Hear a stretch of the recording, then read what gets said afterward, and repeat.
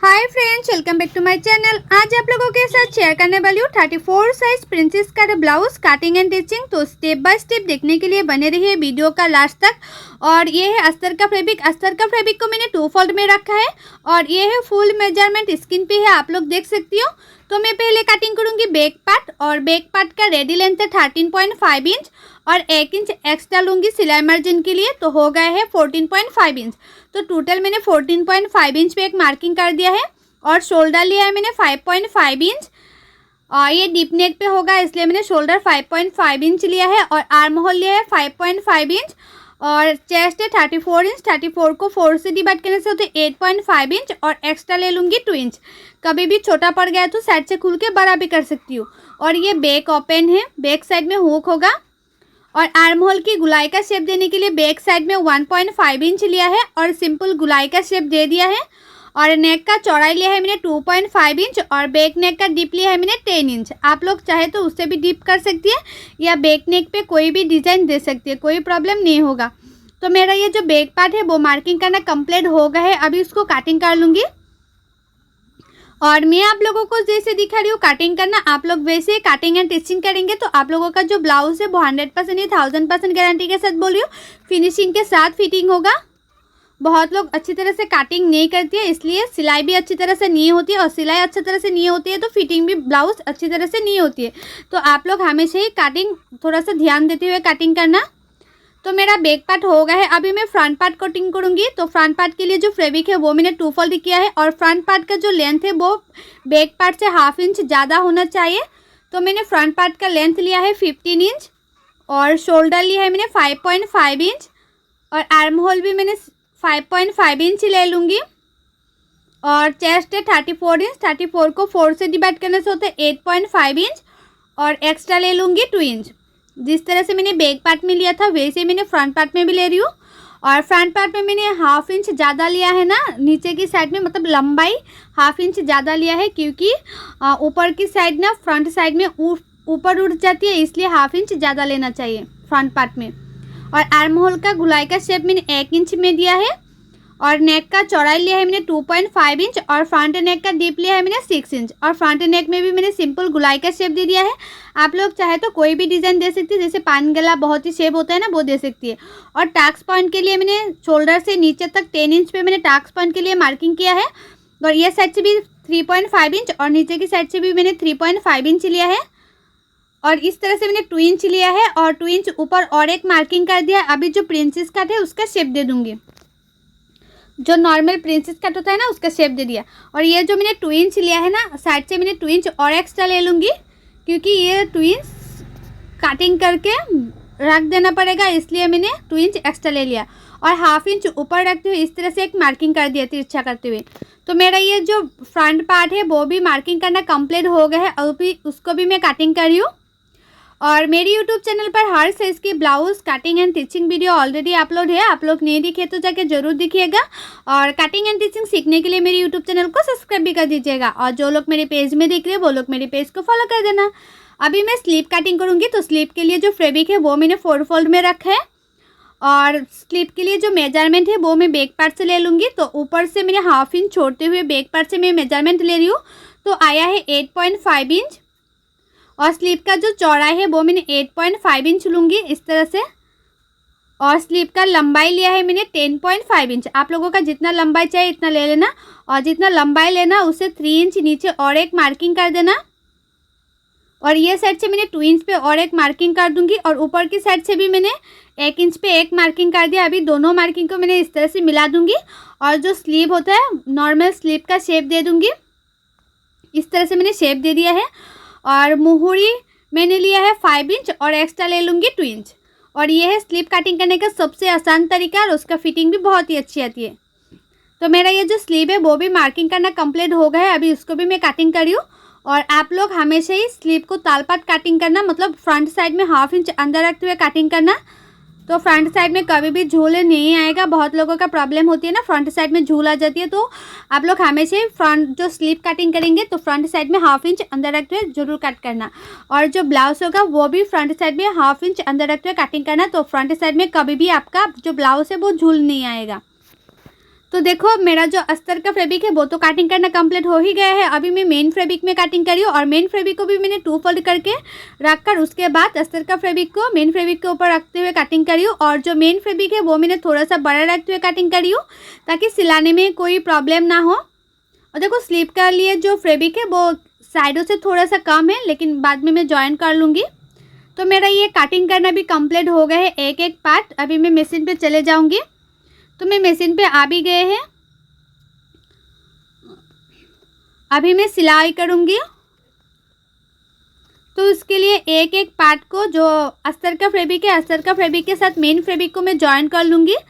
जो अस्तर का फैब्रिक है उसी की किनारे किनारे पे सिलाई करूँगी। मिडिल में सिलाई नहीं करना है, सिर्फ किनारे किनारे पे सिलाई करना है। मतलब अस्तर का फैब्रिक को मेन फैब्रिक के साथ सिर्फ जॉइन करना है। तो मैंने जॉइन कर लिया, चारों ओर सिलाई कर लिया है। अभी ये पार्ट को भी मैं जॉइन कर लूँगी। और आप लोग हमेशा जब भी जॉइन करना तो चेक कर लेना, एक एक पार्ट चेक करते हैं उसके बाद जॉइन करना, ताकि कोई गलती ना हो कि दोनों पार्ट एक ही साइड में सिलाई कर लेना, उसके बाद और भी दिक्कत होती है सिलाई खुलने में। तो मैंने इसी तरह से सभी पार्ट को सिलाई कर लिया है। मतलब अस्तर का फैब्रिक के साथ मेन फैब्रिक को सिलाई कर लिया और जो एक्स्ट्रा मेन फैब्रिक है वो मैं काटिंग कर लिया। तो देखो सभी पार्टों से मैंने एक्स्ट्रा मेन फैब्रिक को काटिंग भी कर लिया है। अभी मैं बैक पार्ट में हुक पट्टी लगाऊंगी। ये बैक ओपन है तो हुक पट्टी लगाने के लिए मैंने इस तरह से एक्स्ट्रा फैब्रिक लिया है। अस्तर का फैब्रिक और मेन फैब्रिक दोनों फैब्रिक मैंने एक साथ लिया है। और ये है राइट साइड का पार्ट। तो राइट साइड का पार्ट में आप लोग किस तरह से हुक पट्टी लगाना वो ज़रूर अच्छी तरह से देख लेना। हुक पट्टी अच्छी तरह से नहीं लगाएंगे तो बैक साइड में फुला फुला सा रहेगा, फिनिशिंग अच्छा नहीं होगा। और मैं आप लोगों को जैसे दिखा रही हूँ आप लोग वैसे ही करना, तो ब्लाउज़ फिनिशिंग बहुत ही अच्छा आएगा। तो राइट साइड का पार्ट में हुक पट्टी लगाना कंप्लीट हो गए हैं, ये आप लोग देख सकती हो। अभी नेक का भी फिनिशिंग दे दूंगी। तो उसके लिए मैंने 1 इंच का एक्स्ट्रा फैब्रिक लिया है। और जो एक्स्ट्रा फैब्रिक नेक का फिनिशिंग देने के लिए मैं यूज़ कर रही हूँ वो मैंने उरेप कट नहीं किया है, इसलिए मैंने छोटा छोटा प्लेट डालते हुए नेक का फिनिशिंग दूंगी। और आप लोग उरेप कट करेंगे तो जो छोटा छोटा प्लेट डाल रही हूँ ना वो नहीं डालेंगे फिर भी चलेगा, लेकिन मैंने उरेप कट नहीं किया है इसलिए मैंने छोटा छोटा प्लेट डाला है ताकि फिनिशिंग अच्छी हो। उसके बाद मैंने छोटा छोटा काट भी लगा दिया है ताकि उल्टाने के बाद फोल्ड करने में और भी आसानी हो, फिनिशिंग अच्छी तरह से आए इसलिए। तो एक सिलाई कर दी है, जो मैंने एक्स्ट्रा फैब्रिक लगा इसमें एक सिलाई कर दी है। और थोड़ा सा एक्स्ट्रा फैब्रिक को मैंने साइड से काट कर लिया है ताकि पीछे की तरफ फोल्ड करूँगी तो ज़्यादा मोटा ना लगे देखने में, इसलिए। अभी इसको इस तरह से मैं फोल्ड करते हुए सिलाई कर लूँगी।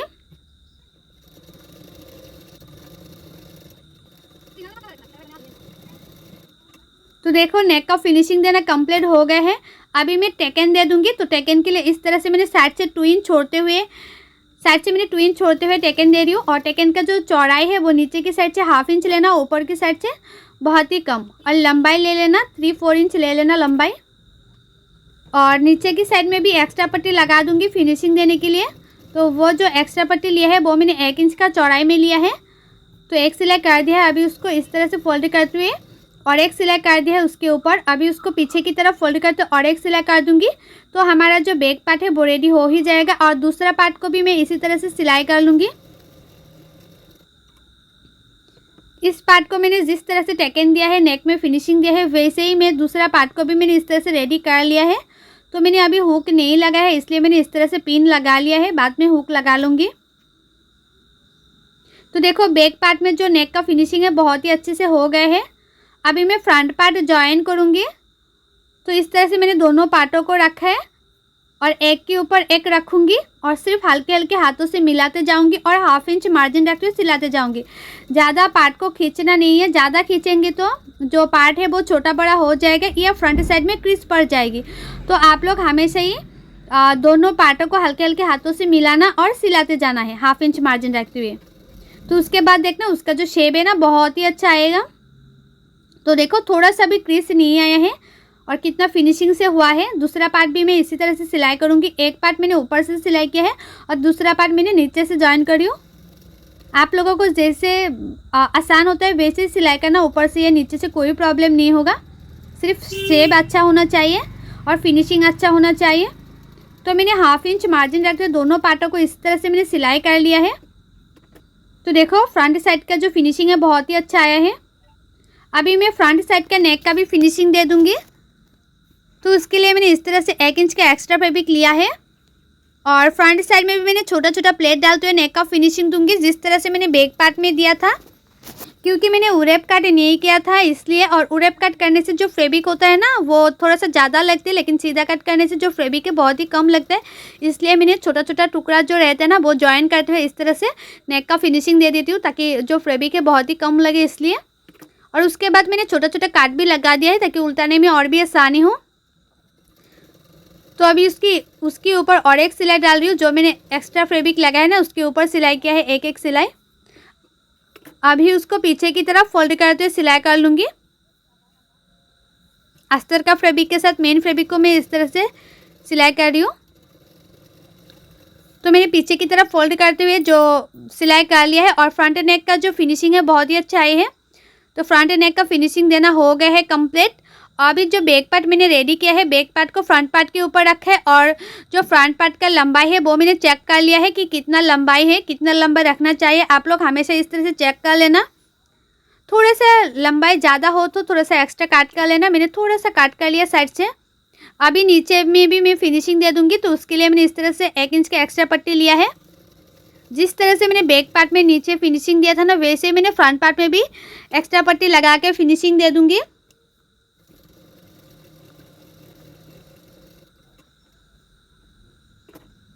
अभी उसको पीछे की तरफ फोल्ड करते हुए और एक सिलाई कर दूंगी। पीछे की तरफ मैंने फोल्ड करते हुए और एक सिलाई कर दिया। तो देखो मेरा जो फ्रंट पार्ट है वो भी रेडी हो गया है। अभी फ्रंट पार्ट के ऊपर मैंने बैक पार्ट को रखा है और शोल्डर सिलाई कर लूँगी। 1/2 इंच मार्जिन रखते हुए मैंने शोल्डर को भी सिलाई कर रही हूँ और दोनों शोल्डर में इसी तरह से सिलाई करूँगी। और ये है princess cut blouse cutting and stitching सबसे आसान तरीका, और उससे आसान तरीका आप लोगों को कोई नहीं बताएगा। और ये जो ब्लाउज़ है ना उसका फिटिंग है ना बहुत ही अच्छी आती है, आप लोग ज़रूर ट्राई करना। और दोनों पार्टों को मैंने इस तरह से रखकर साइड से मैंने किनारे किनारे पे एक सिलाई कर दिया है।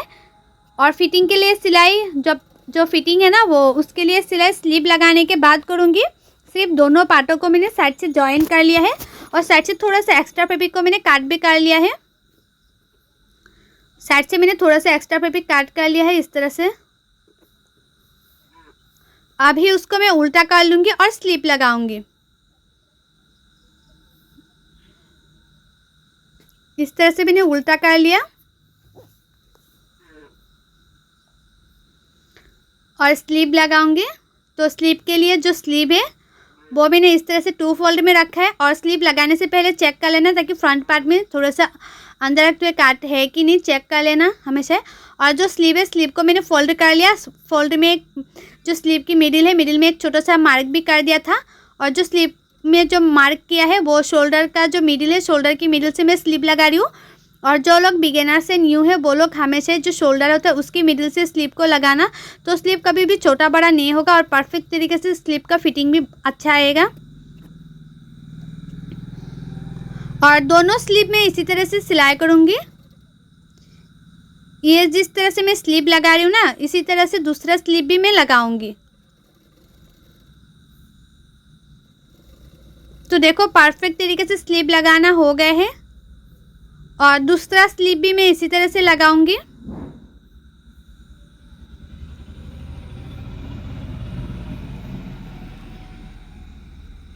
तो दूसरा स्लीव भी मैंने लगा लिया है। अभी मैं फिटिंग के लिए सिलाई करूंगी। तो मैंने इस तरह से उल्टा कर लिया है। और आप लोगों का चेस्ट जितना है इतने में मार्किंग कर लेना, और कमर जितना है नीचे की साइड में इतने में भी मार्किंग कर लेना। उसके बाद आप लोगों का मुहरी जितना है इतने में मार्किंग कर लेना। उसके बाद इस तरह से सीधा करते हुए मार्किंग कर लेना। इस तरह से फिटिंग करेंगे तो मतलब मार्किंग करके फिटिंग करेंगे तो जो ब्लाउज़ होता है ना वो परफेक्ट फिटिंग आएगा, कभी छोटा बड़ा नहीं होगा, लूज नहीं होगा, फिटिंग बहुत ही अच्छा आएगा। और जो लोगों को कटिंग करने में दिक्कत होती है, कटिंग करना नहीं आती है, परफेक्ट फिटिंग नहीं होती है, तो वो लोग चाहे तो फॉर्मा भी ऑर्डर कर सकते हैं। हर साइज़ का फॉर्मा अवेलेबल है। प्रिंसेस कट ब्लाउज़ का फॉर्मा है, डबल कटोरी ब्लाउज़ का फॉर्मा है। और फॉर्मा कैसे ऑर्डर करना है, फॉर्मा का प्राइस क्या है, मैंने ऑलरेडी बहुत सारी वीडियो में बताया है, आप लोग जाके जरूर चेक कीजिएगा। और ये जो फॉर्मा है ना, मैं खुद कटिंग करके देती हूँ, तो उसका जो फिटिंग है वो 100% ही 1000% गारंटी के साथ बोल रही हूँ। फिनिशिंग मतलब फिटिंग बहुत ही अच्छा आएगा, तो आप लोग चाहे तो ऑर्डर कर सकते हैं। और जो लोग मेरी यूट्यूब चैनल को अभी तक सब्सक्राइब नहीं किए हैं, वो लोग प्लीज़ सब्सक्राइब कर देना कटिंग एंड टिचिंग सीखने के लिए। तो देखो, मैंने दोनों साइडों में फिटिंग के लिए सिलाई कर दिया है। तो मेरा फिटिंग के लिए सिलाई करना कंप्लीट हो गया है। और साइड से मैं थोड़ा सा एक्स्ट्रा फैब्रिक को काट कर रही हूँ। आप लोग चाहे तो काट भी कर सकते हैं, नहीं काट करेंगे कोई बात नहीं। और जो एक्स्ट्रा फैब्रिक है, एक्स्ट्रा फैब्रिक को मैंने इस तरह से अंदर रखते हुए सिलाई कर दूँगी, ताकि जो धागा है वो निकल के ना आए, इसलिए धागा निकल के ना आए और फिनिशिंग से ब्लाउज रेडी हो जाए, इसलिए मैंने इस तरह से अंदर रखते हुए सिलाई कर लिया है।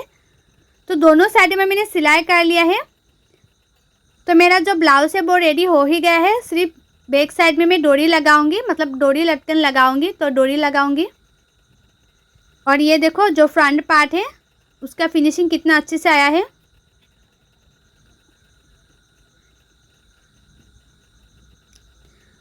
अभी मैं लगाऊंगी लटकन, तो उसके लिए जो शोल्डर है, शोल्डर से 2 इंच नीचे डोरी लगाना है। आप लोग हमेशा ही शोल्डर से 2 इंच नीचे डोरी को लगाना, तो परफेक्ट होता है लगाना। तो मैंने दोनों डोरी इसी तरह से लगा लिया है और लटकन भी बना लिया है। और ये है मेरा जो ब्लाउज है, उसका फाइनल लुक। कितना खूबसूरत लग रहा है और कितना फिनिशिंग से रेडी हो गया। और फ्रंट साइड में देखो, जो शेप है वो थोड़ा सा भी क्रीज नहीं पड़ा है, बहुत ही अच्छा शेप आया है। और मुझे बहुत लोगों ने ना कमेंट करके मैसेज करके बताया था कि प्रिंसेस कट ब्लाउज़ पहनने के बाद फ्रंट साइड में ऊपर उठ जाती है। तो मैं आप लोगों को जैसे दिखाया ना, वैसे सिलाई करेंगे तो कभी भी जो प्रिंसेस कट का ब्लाउज़ है वो ऊपर उठेगा नहीं और परफेक्टली शेप में बैठेगा। और ये देखो, बैक साइड का फिनिशिंग बहुत ही अच्छा हुआ है। और आप लोगों को मेरा ये ब्लाउज़ का कटिंग एंड टिचिंग वीडियो अच्छा लगा है तो लाइक शेयर सब्सक्राइब जरूर कर देना। सो बाय, थैंक्स फॉर वॉचिंग, मिलते हैं नेक्स्ट वीडियो पे।